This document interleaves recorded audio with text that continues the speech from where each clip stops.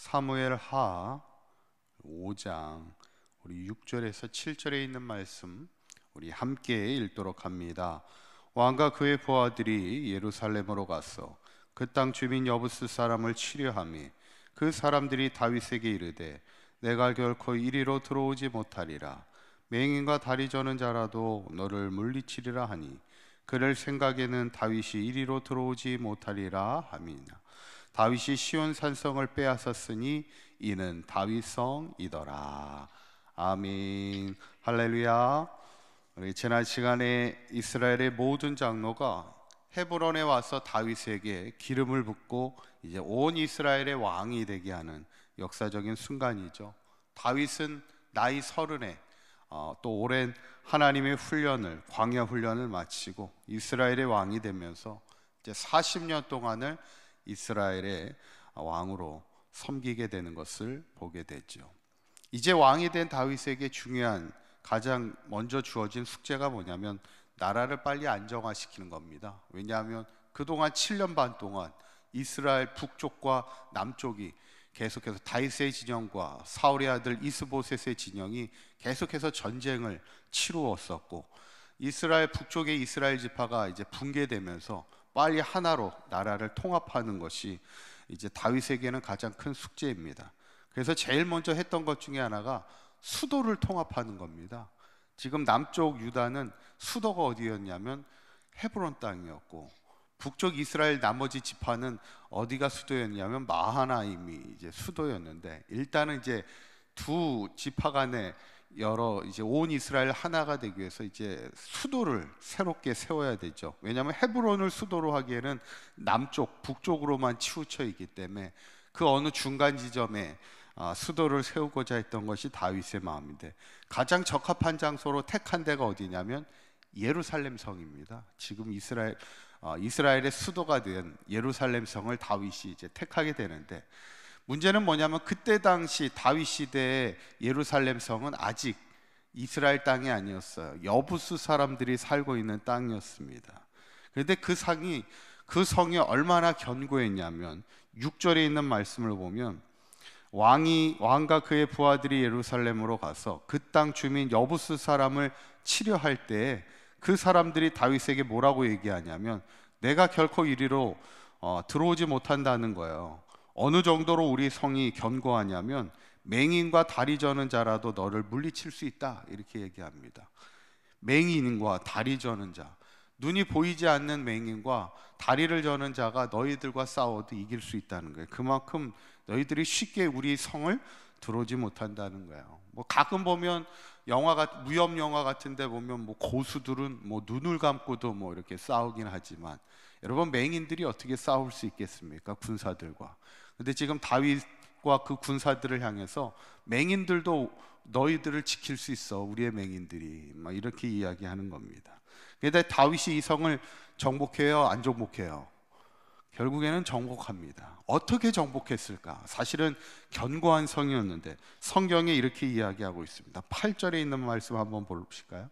8절에 보면 그날에 다윗이 이르기를 누구든지 여부스 사람을 치거든 물 깃는 데로 올라가서 라고 이렇게 얘기합니다. 어디로 올라가라고요?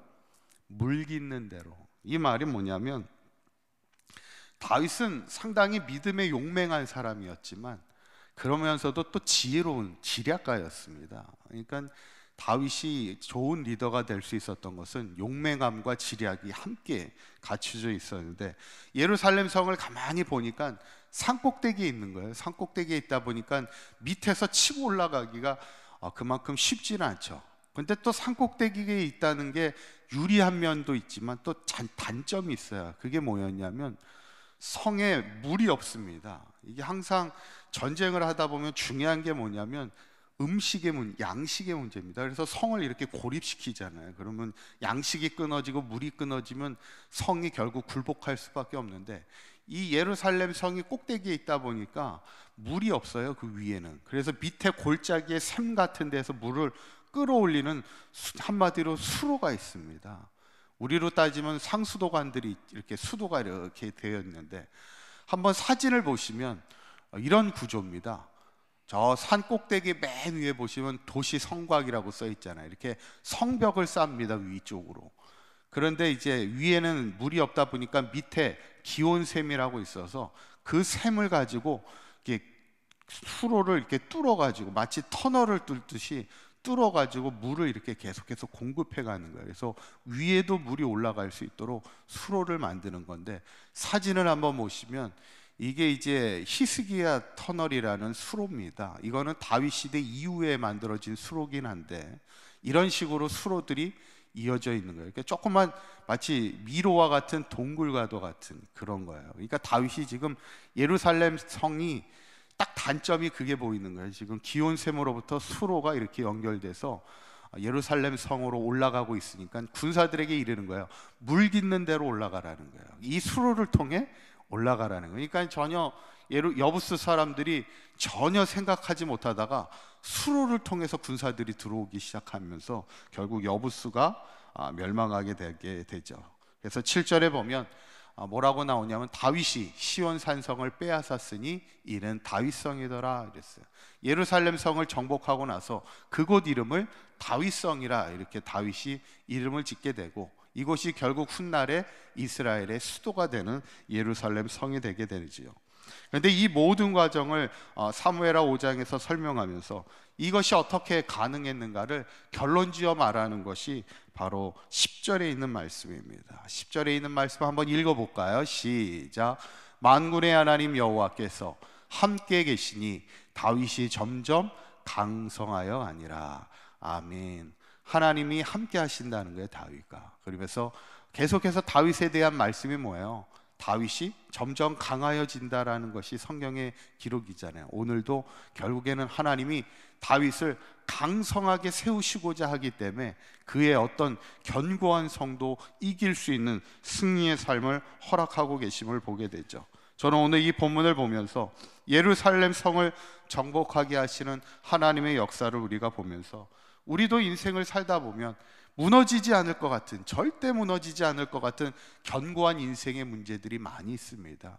아무리 해도, 아무리 기도해도 이게 무너지지 않고 응답되지 않은 것 같은 그런 인생에 많은 문제가 있을지라도, 오늘 하나님이 다윗과 함께 하시고 다윗을 강성하시기로 하나님께서 마음 먹으셨을 때, 다윗에게 그 나라를 견고하게 세워가시는 하나님의 그 과정은, 그 첫 시작이 바로 예루살렘 성을 정복하는 다윗의 역사를 보면서, 저는 바라기는 하나님이 예루살렘 성을 다윗성으로 만들어주시는 하나님의 역사가 우리의 삶 가운데도 늘 간증되어질 수 있기를 바라면서, 우리도 매일의 삶이 하나님과 함께 하시고 하나님이 우리의 삶을 강성하게 인도하여 주시는 하나님의 은혜를 누리며 살아갈 수 있는 저와 여러분들의 삶이 되시기를 간절히 축원합니다.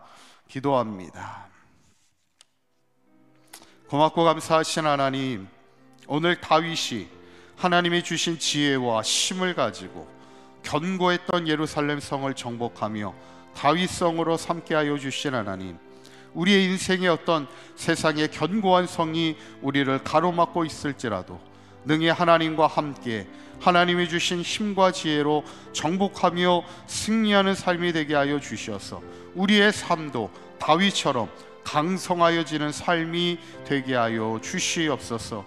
오늘도 주님과 동행하는 복된 하루가 되게 하여 주시고, 오늘도 하나님 앞에 나와 간절하게 기도하는 모든 기도의 제목들이 응답으로 이루어지며 한평생 간증하는 인생을 살아가는 우리 사강교회 모든 성도들 되게 하여 주옵소서. 우리 주 예수 그리스도의 이름으로 기도하옵나이다. 아멘.